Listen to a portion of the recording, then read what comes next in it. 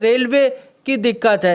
तो इतनी सारी दिक्कतों के बावजूद समाजवादी पार्टी को वहाँ पर जनता जिता रही है। तो कहीं ना कहीं समाजवादी पार्टी को सोचना चाहिए था कि संबल के साथ सौतेला व्यवहार क्यों हुआ। ऐसे में जो है अब शफीकुर रहमान वर्क को टिकट दिया, वहीं भाजपा और आरएलडी का गठबंधन हो गया है। तो उम्मीद ये लगाई जा रही है और ऐसी खबरें आ रही हैं कि उम्मीदवार उतारा जाए, और अगर यहाँ पर उम्मीदवार एआईएमआईएम उतारती है तो मुकाबला बड़ा मज़ेदार और बड़ा कांटे वाला होगा, क्योंकि एक तरफ से भाजपा भी अपना जो है मजबूत चेहरा उतारने की तैयारी में है।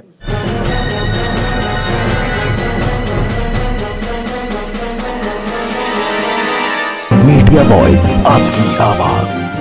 नमस्कार, आदाब, आप सभी का स्वागत है मीडिया वॉइस में। मैं हूं आपके साथ अल्फराज शेख। लोकसभा सीट संभल की बात करेंगे। संभल में आखिर 2024 में कौन सांसद बन सकता है। इस वक्त समाजवादी पार्टी के सीनियर लीडर और डॉक्टर शफीकुर रहमान बर्क संभल से सांसद हैं। इस बार कहा जा रहा है कि कड़ा मुकाबला समाजवादी पार्टी के सांसद डॉक्टर शफीकुर रहमान और भाजपा जिस कैंडिडेट को उतारने जा रही है उसके बीच में कड़ा मुकाबला देखने को मिलेगा। और आपको बता दें, खबरें निकलकर ये भी सामने आ रही हैं कि संभल से आरएलडी अपना कैंडिडेट उतार सकती है। अकीलुर रहमान खान को आरएलडी अपना कैंडिडेट बना सकती है, और आरएलडी के कैंडिडेट अकीलुर रहमान अगर चुनाव लड़ते हैं तो भाजपा का जो समर्थन है वो आरएलडी के साथ में है। तो कड़ा मुकाबला संभल में देखने को मिलेगा। हमारे साथ में सलमान है, उनसे बातचीत करेंगे। सलमान, किस तरीके से देखते हैं संभल, जो कि समाजवादी पार्टी के सीनियर लीडर हैं, 93 साल की उम्र के डॉक्टर शफीकुर रहमान बर्क पर फिर से समाजवादी पार्टी ने भरोसा जताया, और दूसरी तरफ बीजेपी और आरएलडी के बीच में गठबंधन हो चुका है। आरएलडी से अकीलुर रहमान खान को टिकट आरएलडी दे सकती है। तो किस तरीके का मुकाबला देखने को मिलेगा संभल में? आपने संभल लोकसभा सीट की बात की, तो संभल में मौजूदा सांसद हैं शफीकुर रहमान वर्क साहब। शफीकुर रहमान वर्क साहब 90 से पार जो है उनकी उम्र है, और बीमार भी आजकल चल रहे हैं। हम दुआ करते हैं कि जल्दी ठीक हों। शफीकुर रहमान वर्क की आप देखिए कि वो मुरादाबाद के भी सांसद रहे हैं, ठीक है, संभल से भी जो है सांसद रहे, इस बार भी रहे, इससे पहले भी जो है संभल से शफीकुर रहमान वर्क सांसद रहे हैं। और उनकी जो है आप बड़ा जो है कद संभल में इस तरीके से देख सकते हैं कि समाजवादी पार्टी ने भरोसा जताया है। 90 साल से ज़्यादा उम्र हो गई, ठीक है, ऐसे में जो है टिकट किसे दिया है? सबसे बुजुर्ग नेता को अपने एक बार फिर मैदान में उतार दिया है, और उन्हें भरोसा है कि शफीकुर रहमान वर्क जो है समाजवादी पार्टी को यहाँ से सीट निकाल के दे सकते हैं, ठीक है। अब ये लोकसभा सीट है, इस पर समाजवादी पार्टी का गढ़ माना जाता है, मगर इस गढ़ में क्या समाजवादी पार्टी ने काम कराए हैं? वहाँ से मुलायम सिंह यादव भी सांसद रहे हैं, ठीक है, शफीकुर वर्क भी रहे हैं, डीपी यादव भी रहे हैं, और समाजवादी पार्टी वहाँ से ज़्यादा बार जीती है। प्रोफेसर राम गोपाल यादव भी सांसद रह चुके हैं। समाजवादी पार्टी के बड़े बड़े जो लीडर हैं वो समाजवादी पार्टी से सांसद बनकर जा चुके हैं। अब ये बड़े बड़े चेहरे, ठीक है, चुनाव जीते हैं वहाँ से, मगर संभल में क्या विकास हुआ?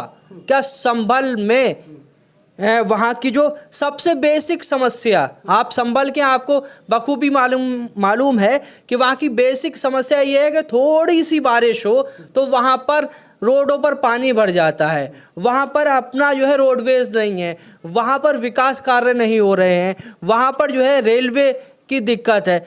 तो इतनी सारी दिक्कतों के बावजूद समाजवादी पार्टी को वहाँ पर जनता जिता रही है। तो कहीं ना कहीं समाजवादी पार्टी को सोचना चाहिए था कि संभल के साथ सौतेला व्यवहार क्यों हुआ। मुलायम सिंह यादव को समाजवादी पार्टी के सिंबल पर वहाँ से जनता ने जिताया, मगर आपने कितना विकास किया? आप बताइए कि संभल में क्या विकास है? आपको खुद मालूम है, आप संभल के हैं। मैंने जहाँ तक रिपोर्ट की है संभल की, तो गिनाने वाले गिनाते हैं कि संभल में 100 बेड का हॉस्पिटल प्रोफेसर राम गोपाल यादव ने बना दिया, लेकिन आरोप ये लगते हैं कि हॉस्पिटल के अंदर जिस तरीके की सुविधाएं होनी चाहिए थी, आज तक वो सुविधाएं हॉस्पिटल के अंदर मौजूद नहीं है। अब आप देखिए, अब जैसे अब 2024 का चुनाव है, ठीक है, ऐसे में जो है अब शफीकुर रहमान वर्क को टिकट दिया, वहीं भाजपा और आरएलडी का गठबंधन हो गया है। तो उम्मीद ये लगाई जा रही है और ऐसी खबरें आ रही हैं कि आचार्य प्रमोद कृष्णम भाजपा के सिंबल पर चुनाव लड़ सकते हैं संभल लोकसभा सीट पे। एक तरफ आचार्य प्रमोद कृष्णम होंगे, ठीक है, और शफीकुर रहमान वर्क, तो कड़ा मुकाबला देखने को मिलेगा। वहीं खबरें ये भी हैं कि AIMIM इस सीट पर अपना उम्मीदवार उतारने की कोशिश में है, ठीक है। AIMIM उम्मीदवार इसलिए वहाँ पर उतरेगा या उतारा जाएगा, ठीक है, पार्टी की तरफ से, क्योंकि आप पिछले विधानसभा की बात करें तो पिछले विधानसभा में सबसे ज़्यादा वोट समाजवादी संभल AIMIM को मिला है, तो वो संभल विधानसभा पे मिला है। दूसरी संभल विधानसभा के अलावा जो संभल लोकसभा में सीट लगती है, ठीक है, असमौली से अच्छा खासा वोट AIMIM को मिला।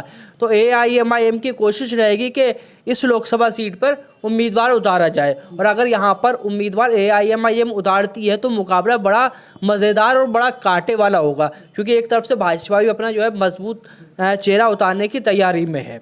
दूसरी शफीकुर रहमान वर्क, उनके पास अच्छा जो है तजुर्बा है, ठीक है, उनके पास जो है राजनीतिक अच्छा अनुभव है। और तीसरी तरफ से AIMIM, जिसको अच्छा खासा वोट जो है पिछले विधानसभा चुनावों में मिला है, संभल लोकसभा के अंतर्गत जो विधानसभाएं आती हैं तो वहाँ अच्छा खासा वोट मिला है, तो असदुद्दीन ओवैसी यहाँ उतारते हैं तो कहीं ना कहीं कड़ी फाइट देखने को मिलेगी। मगर इन सब के बावजूद मेरा यही सवाल है कि आखिर जो है संभल की जो समस्याएं हैं उनको ठीक कौन करेगा। 2014 में जब बीजेपी लहर थी तब वहाँ से जो है बीजेपी के सांसद बने थे, शफीकुर रहमान वर्क को हार का सामना करना पड़ा था। सत्यपाल सैनी वहाँ से, हाँ, सत्यपाल सैनी जीते थे। अब 2019 का चुनाव था, वहाँ पर जो है समाजवादी पार्टी को लोगों ने वोट दिया, शफीकुर रहमान वर्क को वोट दिया। उस समय 2019 में जब अखिलेश यादव का परिवार भी और विधानसभा सीटों पर हार गया था, ऐसे में संभल के मुसलमानों ने और संभल के समाजवादी पार्टी के वोटरों ने, हर समाज के वोटरों ने शफीकुर रहमान वर्क पर भरोसा जताया। संभल की सारी जनता ने शफीकुर रहमान वर्क को जिता के भेजा, ठीक है। वहाँ कितना काम हुआ आपके सामने है। तो ऐसे में 2024 का चुनाव है, इस चुनाव में ये तीनों कैंडिडेट होंगे, तीनों पार्टी के, बीजेपी, AIMIM और समाजवादी पार्टी। तो कड़ा मुकाबला होगा, और इस मुकाबले के साथ ही ये सवाल उठेगा कि आखिर विकास कितना हुआ और कहाँ हुआ। अगर त्रिकोणीय मुकाबला देखने को भी मिल सकता है, RLD भी अपना कैंडिडेट उतार सकती है, जिस तरीके से खबरें निकल कर सामने आ रही है। RLD डायरेक्ट नहीं उतार सकती, क्योंकि अब जो है बीजेपी और RLD का गठबंधन हो गया, तो वहाँ पर या तो बीजेपी के समर्थन के साथ उतारने की बातें चल रही हैं कि अकीलुर रहमान खान को टिकट मिल सकता है RLD से। देखिए, वहाँ पर बीजेपी का कैंडिडेट उतरने की ज़्यादा उम्मीद है, RLD के खाते में वो सीट नहीं रहेगी, ठीक है। अब गठबंधन है, अब ये होगा कि जो वोटर RLD को वोट देता है तब वो भाजपा के खाते में आ जाएगा, तो भाजपा को यहाँ पर मजबूती मिलेगी, ठीक है।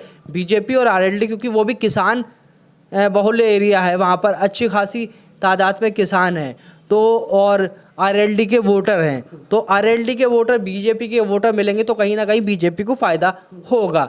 वहीं पर दूसरी तरफ शफीकुर रहमान वर्क है, उनका अनुभव है, उन पर जनता भरोसा करती है। इस बार ये भी देखने वाली बात होगी, क्योंकि मुकाबला कड़ा है। फिर AIMIM है, वो भी जो है पूरी ज़ोर आजमाइश करेगी, क्योंकि उनके भी जो है अच्छी खासी तादाद में लोग उनको पसंद करते हैं। असदुद्दीन ओवैसी की लोकप्रियता संभल में है, और संभल की जनता के आपने बहुत सारे वीडियोस देखे होंगे जहां पर संभल की जनता ये कहती है कि कब तक हम जो है समाजवादी पार्टी को वोट देते रहेंगे, कब तक हमें समाजवादी पार्टी जो है बेवकूफ़ बनाती रहेगी। तो हम इस वजह से समाजवादी पार्टी नहीं, अब अपना ऑप्शन तैयार करेंगे, अब हम AIMIM को वोट देंगे, तो कहीं ना कहीं जो है ये फ़ायदा AIMIM को वहाँ मिलने वाला है। बहुत बहुत शुक्रिया हमसे बातचीत करने के लिए। तो संभल की आवाम इस बार 2024 में किसे अपना संसद भेजेगी, सांसद बनाकर, ये तो आने वाला वक्त ही बताएगा। फिलहाल आप देखते रहिए मीडिया वॉइस। इस पूरी रिपोर्ट पर आपकी क्या कुछ राय है, अपनी कीमती राय ज़रूर शेयर कीजिए। धन्यवाद।